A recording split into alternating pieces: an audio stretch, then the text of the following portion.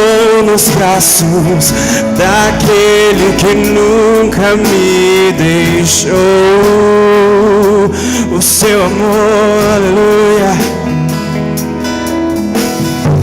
o seu amor perfeito sempre esteve repousado em mim.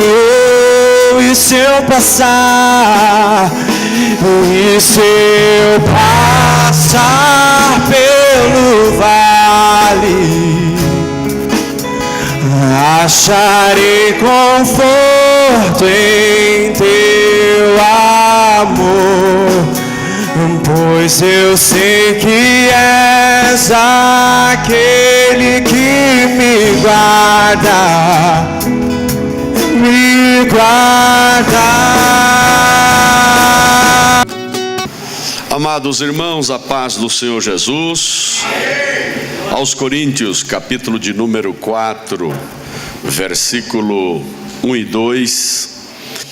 Todos então leiamos a palavra, 1 aos Coríntios capítulo 4, verso 1 e 2, e vamos compartilhar aquilo que o Espírito de Deus colocar na nossa mente e no nosso coração. Que os homens nos considerem como ministros de Cristo e despenseiros dos mistérios de Deus. Além disso, requer-se no despenseiro que cada um se ache fiel. Amém. Amados, podeis assentar. Muito obrigado. Queridos, nós encontramos aqui algumas lições que compartilho com os irmãos para o nosso elevo espiritual. Que os homens nos considerem como ministros. Veja aqui a orientação de Paulo, uma espécie de, não somente recomendação, mas que está carregada também, bispo, de advertência. Nós, como servos de Deus, nós precisamos alcançar testemunho de Deus, testemunho da igreja e testemunho dos que são de fora. Que os homens nos considerem, quer dizer, nos avaliem, que os homens nos estimem. Nós, como líderes, como pastores, ministrantes da palavra, nós temos esta responsabilidade de sermos avaliados, estimados. Nós precisamos de ter este pensamento, esta conscientização. Os homens nos considerem, nos avaliem como ministros de Cristo. Esta estima e esta avaliação diz respeito ao nosso testemunho, à nossa vida do dia a dia, os nossos relacionamentos diários. Nós precisamos, como disse, alcançar testemunho de Deus, testemunho da igreja e testemunho dos que são de fora. Diga após mim esta frase, diga assim: alcançar testemunho de Deus, diga, testemunho da igreja e testemunho dos que são de fora.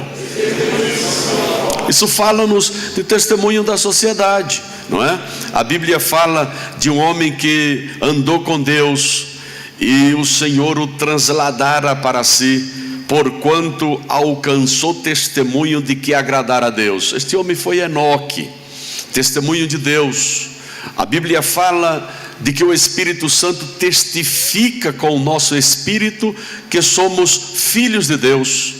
Nós alcançamos por Jesus testemunho da Trindade, testemunho de Deus, testemunho do Espírito. E precisamos ter também testemunho da igreja, sermos estimados e avaliados também pela igreja. E finalmente, o texto aqui de Paulo é direto, que diz que os homens nos considerem. Isto fala-nos da sociedade em geral, não somente dos que são de dentro, mas também dos que são de fora. Não adianta nada estarmos no santuário expressando uma aparente santidade, é aquele pensamento que diz: na igreja é um santão, em casa é um leão e na rua é um embrulhão, não é? Nós não podemos entrar por este caminho. A nossa vida tem que ser com um único perfil. Nós temos que ter um único comportamento. Nós temos que ter uma única conduta. Aliás, São Tiago fala que o homem de coração dobre, ele é inconstante em todos os seus caminhos. Dupla personalidade, duplo caráter, duplo comportamento. Nós não podemos de forma alguma aceitar isto. É princípio da palavra de que tenhamos um único comportamento, uma única conduta, um único caráter. Eu, quando vejo este texto, vem ao meu coração Mateus capítulo 5, verso 16. Faça assim, por gentileza. Mateus capítulo 5, verso 16. Diz assim: assim, pois, resplandeça a vossa luz diante dos homens, para que eles vejam as vossas boas obras e glorifiquem a Deus que estás nos céus. Louvado seja o nome do Senhor. Amém, igreja? Nós somos homens de Deus e precisamos alcançar testemunho de Deus, testemunho da igreja e testemunho dos que são de fora. Amém, amados? Não importa o que você faça, não importa o que você esteja, onde você esteja contextualizado, nós precisamos ter este tipo de conduta. Deus vai te guardar na tua entrada e guardará também a tua saída. Receba esta palavra em nome de Jesus. Isto significa dizer que o teu comportamento é único, a tua integridade é inegociável, o teu caráter, os princípios que Deus tem colocado em nossas vidas são princípios inflexíveis, inegociáveis. É por isso que eu lhes afirmo, como profeta ministerial de Deus nesta manhã: Deus guardará a tua entrada e guardará a tua saída, em nome dEle, para a glória dEle. Louvado seja o Senhor. Que os homens nos considerem como ministros de Cristo. A outra palavra aqui que me chama a atenção é ministro. Considerar como ministro. Diga assim: considerar como ministro. Diga. Eis aqui um segredo que compartilho com os irmãos. Esta palavra aqui, ministro, não com um conceito como nós vemos no Aurélio, no dicionário. Ministro, aqui neste sentido bíblico, é o servidor, o serviçal. No original é o peretas, aquele que é servo, o escravo, que estava na parte inferior da embarcação, segurando os remos e remando, fazendo com que a nau ela singrasse os mares e fosse adiante. Este ministro aqui não é glamour. Ser ministro no reino de Deus é ser um serviçal. Este conceito de ser ministro aí fora, tá certo? É totalmente diferente. Ser ministro no reino de Deus é ser um serviçal, é ser um prestador de serviço. Aliás, Paulo fala, 1 Timóteo 1, verso 12, faça assim com a mão que eu quero te abençoar. 1 Timóteo 1, verso 12: dou graças ao que me tem confortado, a Cristo Jesus, Senhor nosso, que me teve por fiel, pondo-me no ministério, diz o Senhor dos exércitos. Esta palavra ali, ministério, dou graças ao que me tem confortado, a Cristo Jesus, Senhor nosso, que me teve por fiel, pondo-me no serviço. A palavra ali no original é diáconos, que tem a ideia de serviço, de atendente.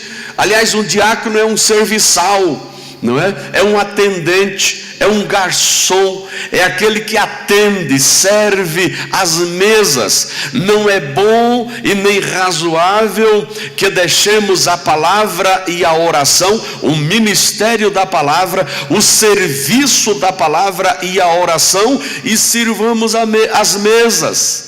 E aí se elegeu então diáconos. Nós, antes de tudo, somos serviçais, ministros, servos de Deus, para servir a igreja de Deus e servir a população. Deus nos chamou para servir a população. Deus me chamou para te servir, meu irmão. Deus te chamou para me servir. Aliás, só existirá um cargo na eternidade. Ficará tudo isto aqui que conhecemos como grau e hierarquia eclesiástica por aqui mesmo, amado, tá certo? Acostuma-te com isso em nome de Jesus. Na eternidade é servo e conservo.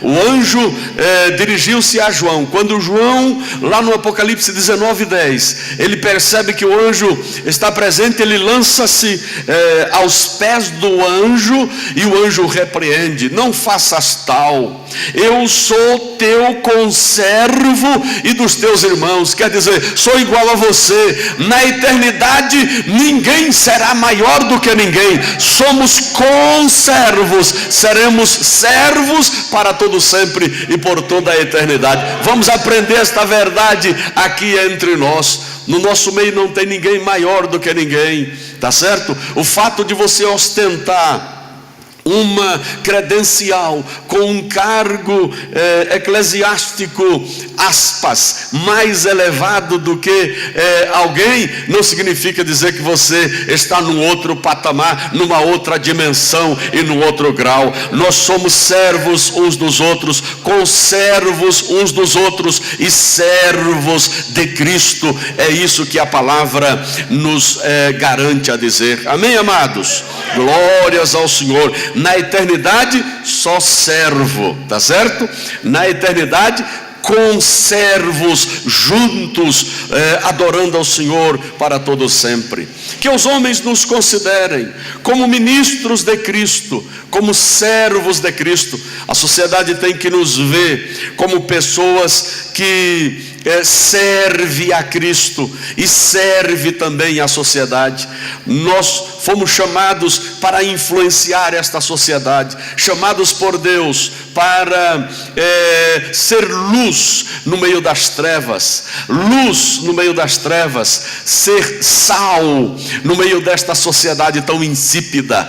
Deus nos chamou para isto, para influenciarmos e não sermos influenciados. Então se prepara, abra sua mente, abra o seu coração, renda-te ao Senhor. Deus vai te usar muito mais ainda e poderosamente no seio da sua casa, no seio da sua parentela, ao redor daqueles que te cercam, no seu bairro, na sua vila, na sua cidade, no seu estado, no seu país, quiçá internacionalmente. Se prepara, o projeto que Deus tem para a sua vida é grande, o protésis divino é grande, não será malogrado na tua vida. Projeto de Deus não é malogrado na vida do servo dele. Projeto de Deus é cumprido ao tempo de Deus. Na hora certa o Senhor haverá de fazer isto. Amém, igreja? Receba esta palavra em nome do Senhor Jesus. Ministro, diga assim: que os homens, nos considerem como servos de Cristo. Servos de Cristo. Aí a palavra continua dizendo: e despenseiros dos mistérios de Deus. Olha que palavra linda, não é? E despenseiros dos mistérios de Deus. Esta palavra aqui, despenseiro, ela está relacionada com alguém que guarda a despensa. É o gerente da despensa. A palavra no original é oikonomos. Oikonomos significa o administrador da casa, aquele que administra a casa, mas também que tem a responsabilidade de distribuir o que tem na casa. Este é despenseiro. E aqui fala despenseiro dos mistérios de Deus. Mistério aqui é mysterion no original, que significa algo secreto, algo oculto, algo lacrado, mas é mistério de Deus que temos que distribuir, que já nos fora revelado. Mistérios revelados. A Bíblia diz que a vós é dado conhecer os mistérios do reino. Para nós não é mistério, mas para o mundo é mistério. Você tem mistério de Deus na vida para revelar para esta sociedade e o nome do Senhor ser glorificado. Receba esta palavra. Você tem mistério de Deus na vida. Aliás, nós somos administradores destes mistérios de Deus. Diga após mim esta frase. Aliás, põe a mão no peito e diga assim: eu sou administrador. Diga: eu sou administrador dos mistérios de Deus, para ser revelados para a sociedade em geral. Amém, igreja? Aqui não tem mistério, já nos fora revelado, tá certo? Mas para a população, mas para aqueles sem Deus, sem paz, realmente precisa de ser revelado estes mistérios. Você pode dizer: pastor, cita aí alguns mistérios. Ora, a presença de Jesus entre os gentios é o maior mistério que nos fora revelado, sim ou não, igreja? A encarnação de Jesus é um mistério tremendo que nos fora revelado pelo Espírito Santo. A salvação é um mistério tremendo que nos fora revelado pelo Espírito Santo. O Evangelho, a Bíblia diz, para fazer notório os mistérios do Evangelho. Nós somos administradores de mistérios de Deus para serem revelados para esta população. Diga para alguém que não tem Jesus: olha, Deus tem um mistério que eu vou te revelar agora. Jesus te ama, Jesus salva, Jesus cura, Jesus liberta. Aí a mente do pecador é aberta, o Espírito Santo convence e ele recebe a Jesus como Senhor e Salvador da sua vida. Quem recebe esta palavra, levante a mão e adore ao Senhor. Você é administrador, é despenseiro de mistérios de Deus para serem revelados. A outra palavra está aqui no versículo 2. Além disso, requer-se nos despenseiros que cada um se ache fiel, para então entendermos consideração da sociedade, testemunho de Deus, testemunho da igreja, testemunho dos homens. Nós temos que palmilhar nesta trajetória. Nós temos que saber que fomos chamados como servos, somos avaliados como ministros, mas ministros servos de Deus. Amém, igreja? Quando alguém te perguntar o que é que você é, diga que você é servo de Cristo. Não diga: eu sou apóstolo, eu sou vice de Jesus. Não diga isso. Quando alguém te perguntar o que é que você é, eu sirvo a Jesus, eu sirvo a Deus. Paulo, escrevendo aos Romanos, ele não se apresenta primeiro com a credencial apostólica. Ele diz assim, Romanos 1 verso 1: Paulo, servo de Jesus Cristo, chamado para ser apóstolo, separado para o Evangelho de Deus. Primeiro servo, você tem que ser servo cooperador, servo diácono, servo presbítero, servo evangelista, servo pastor, servo apóstolo, servo bispo, servo papa, servo o que for. Primeiro é servo. Deus nos chamou para ser servo de Jesus. Levanta a sua mão. Eu quero ministrar sobre a tua vida. João 12 verso 26. Se alguém me serve, siga-me. Diga forte: se alguém me serve, siga-me. O servo que segue, diga: o servo que segue Olha, e onde eu estiver, ali estará também meu servo. Diga o servo presente, diga.